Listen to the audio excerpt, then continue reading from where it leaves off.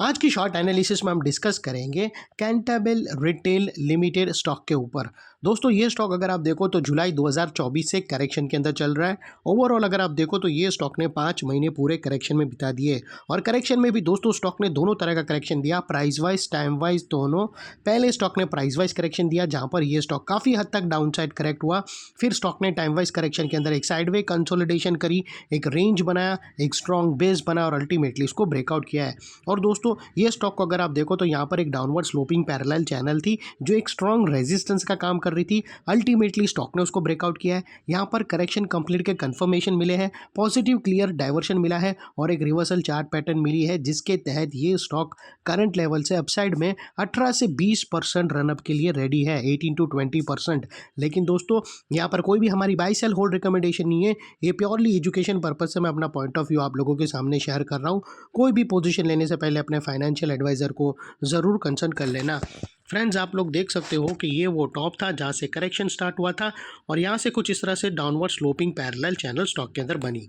जब तक स्टॉक के डाउनवर्ड स्लोपिंग पैरेलल चैनल में था स्टॉक प्राइस वाइज करेक्शन के अंदर एंगेज रहा और यहाँ पर back to back lower lows hit हुए।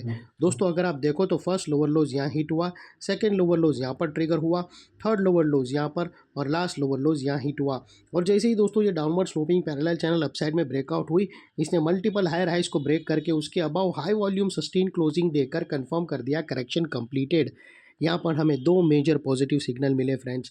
पहले तो इसने डाउनवर्ड स्लोपिंग पैरेलल चैनल को अपसाइड में ब्रेक किया जिसके वजह से जो स्ट्रेट डाउनसाइड फॉल आ रहा था प्राइस वाइज करेक्शन का, अल्टीमेटली वहाँ पर ब्रेक लग गई। और सेकेंडली इसके अंदर जो back to back lower lows hit हो रहे थे वो स्टॉप होकर उसके अगेंस्ट में first time higher highs register हुआ क्लोजिंग बेसिस पे, जो हमें कंफर्म करता है कि स्टॉक के अंदर बॉटम लग गई है, करेक्शन कंप्लीटेड और ट्रेंड इसका चेंज हो चुका है। करेक्शन का ट्रेंड बाय साइड की तरफ शिफ्ट हो चुका है।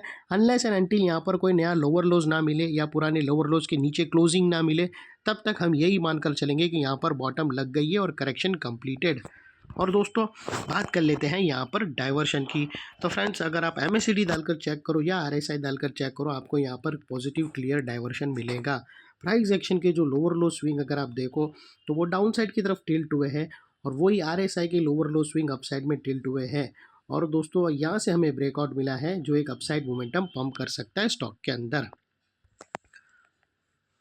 और दोस्तों बात कर लेते हैं यहाँ पर चार्ट पैटर्न की। तो फ्रेंड्स अगर आप देखो तो यहाँ पर दोस्तों यहाँ पर अगर आप देखो तो हमें एक पैरेलल चैनल ब्रेकआउट होते हुए क्लियरली विटनेस होती है और उसकी जो नेकलाइन निकल कर आती है वह समवेयर अराउंड 262 की आती है और उसकी जो नेकलाइन समवेयर अराउंड 263 की आती है।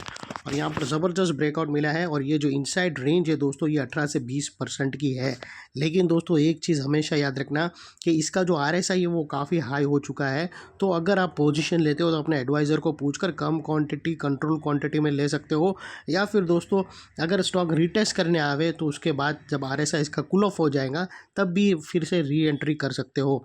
लेकिन दोस्तों यहाँ पर हर चीज़ एक से एक ब्रेकआउट हुआ है। इसके अंदर RSI डाइवर्शन है, पैटर्न ब्रेकआउट है और 18 से 20% का अपसाइड ओपन हो चुका है। लेकिन दोस्तों RSI का जो ओवरबॉट है वो ज़्यादा हो चुका है, तो वो लिहाज से दोस्तों संभाल के क्वांटिटी कंट्रोल में रखना।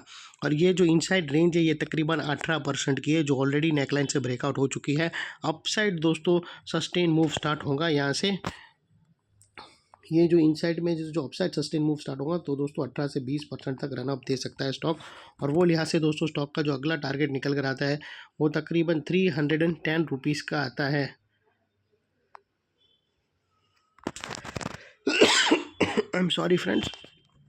और दोस्तों बीच में कुछ रेजिस्टेंस है जो ये स्टॉक फेस करेगा और दोस्तों ये रेजिस्टेंस हो सकता है यहाँ पर रेजिस्टेंस फेस करके स्टॉक अगर नेकलाइन को रीटेस्ट करने आवे और रीटेस्ट के टाइम पे आपको फिर पॉजिटिव कैंडलस्टिक स्ट्रक्चर मिले और वो टाइम पे RSI भी कूल ऑफ हो चुका होगा तो वो लेवल परफेक्ट लेवल रहेगा रीटेस्ट एंट्री के लिए।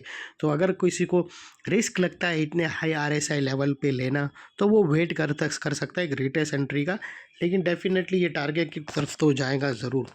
और दोस्तों पोजीशन अपने एडवाइज़र को पूछकर ही लेना है। और बात कर लेते हैं यहाँ पर स्टॉप लॉस की, तो स्टॉप लॉस के लिए मल्टीपल ऑप्शन अवेलेबल है। आप अपने एडवाइज़र को पूछकर एटीआर की हेल्प ले सकते हो, या फिर ब्रेकआउट कैंडल के लो के नीचे, या फिर नियरेस्ट लोअर स्विंग।